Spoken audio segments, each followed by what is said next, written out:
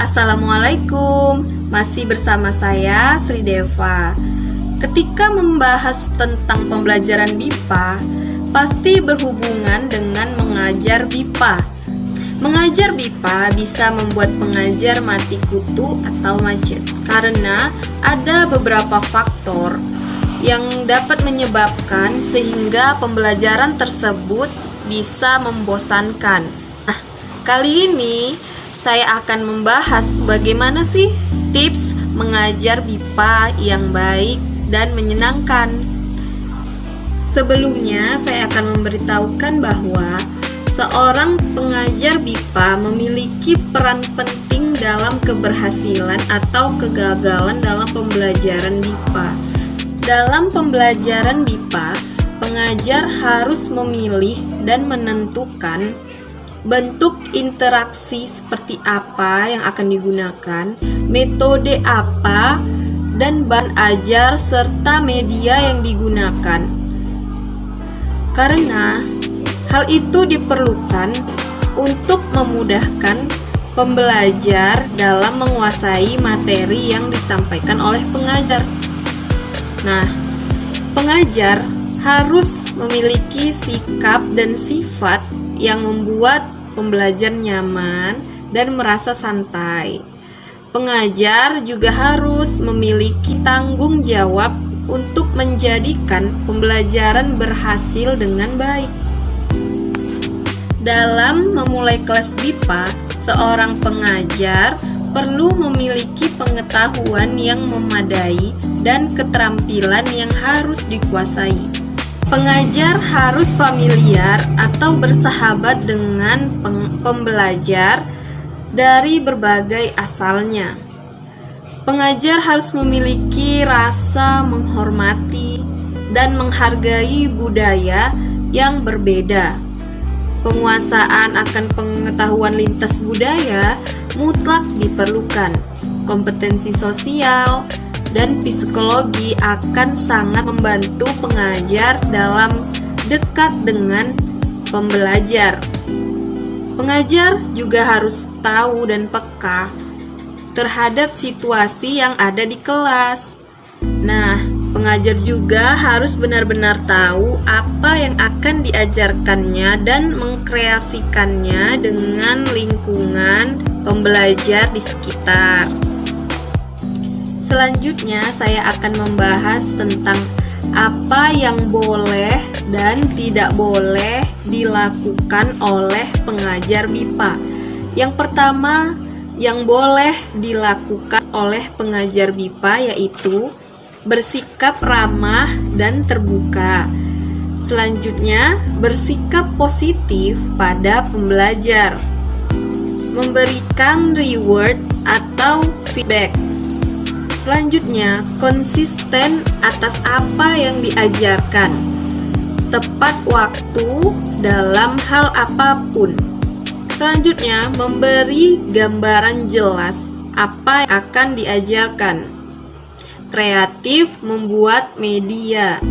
Selanjutnya, selalu siap dengan rencana alternatif untuk belajar. Selanjutnya, beri kesempatan pembelajar untuk aktif dalam pembelajaran. Yang terakhir, menggunakan bahasa Indonesia sebanyak mungkin. Itulah beberapa hal yang boleh dilakukan oleh pengajar BIPA. Lanjut, kita akan membahas hal yang tidak boleh dilakukan oleh pengajar BIPA. Yang pertama yaitu menertawakan kesalahan pembelajar. Selanjutnya, tidak boleh memberikan hukuman pada kesalahan belajar. Pengajar BIPA tidak boleh menyampaikan materi secara berlebihan. Selanjutnya, pengajar tidak boleh memperlakukan pembelajar BIPA seperti anak-anak, meskipun pembelajaran bahasa Indonesia itu pembelajaran dasar. Selanjutnya, tidak boleh menyampaikan materi secara acak atau tidak runtun. Tidak boleh menjelekkan bangsa Indonesia. Marah saat pembelajaran komplain tidak boleh dilakukan. Pengajar BIPA tidak boleh pilih-pilih pembelajar dalam pembelajaran. Nah, pembelajar BIPA juga tidak boleh bersikap rasis. Pembelajar BIPA tidak boleh memaksa pembelajar melakukan satu hal. Yang terakhir, pengajar BIPA tidak boleh menggunakan bahasa asing dalam mengajar daripada menggunakan bahasa Indonesia. Itulah tadi beberapa hal yang boleh dan tidak boleh dilakukan oleh seorang pengajar BIPA. Selanjutnya, saya akan membahas beberapa teknik dapat diterapkan oleh pengajar BIPA dalam kelas, baik di luar kelas. Yang pertama, tunjukkan sikap disiplin terhadap waktu.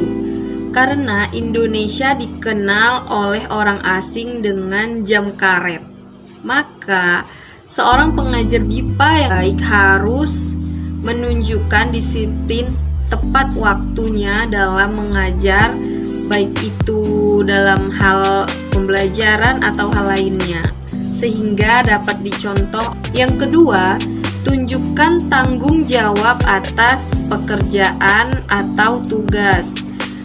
Nah, seorang pengajar BIPA bertanggung jawab mengoreksi tugas yang telah diberikannya kepada pembelajar. Yang ketiga, tunjukkan sikap sebagai teman, baik di dalam kelas maupun di luar kelas. Tunjukkan sikap seorang pengajar itu sebagai teman agar mereka mudah bergaul dengan pembelajarnya. Yang keempat, pengajar harus menunjukkan sikap bahwa pengajar menguasai bahasa Indonesia dengan baik. Yang kelima, pengajar BIPA harus menunjukkan sikap sabar dan telaten.